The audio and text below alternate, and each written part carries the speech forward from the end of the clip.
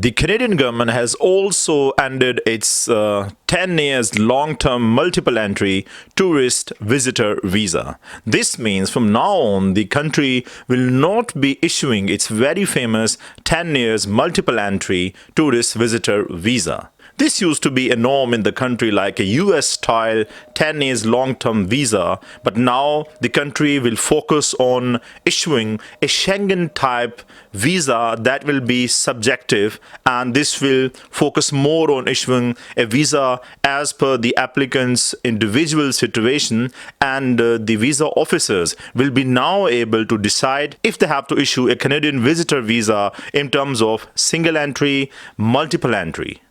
And furthermore, these visa officers will also have the right to exercise the duration of the visa. So the visa duration can be reduced, can be increased upon the individual circumstances of the visa applicant.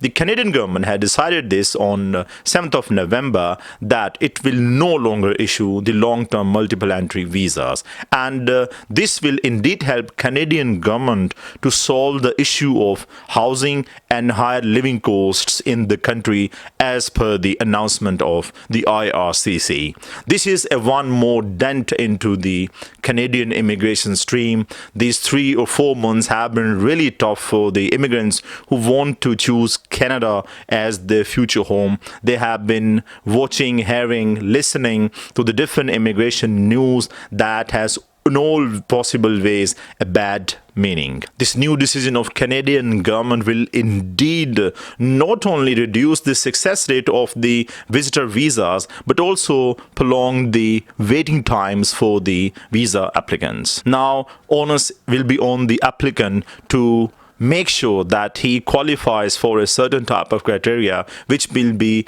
in the mind of the visa officer, and the candidate, the applicant, will be having no idea if he will be issued a single entry visa, a multiple entry visa, or how many days of the duration of the visa. According to the information sources, the visa officers will now have a look at the intended travel of the applicant. They will also see if the candidate requires only a single entry into the country, such as for the meetings or a medical checkup or a tourism purpose. Furthermore, the funds availability of the applicant will also be considered if he has required funds for a single or a multiple entries into Canada. Further aspects will also be considered which have been set on the onus of the visa officer. If you now want to apply for the Canadian visitor visa in future, you must make sure that you mention your reasons properly. You guide the visa officer if you need a single entry or more entries into the country, and what should be the visa duration of your intended travel.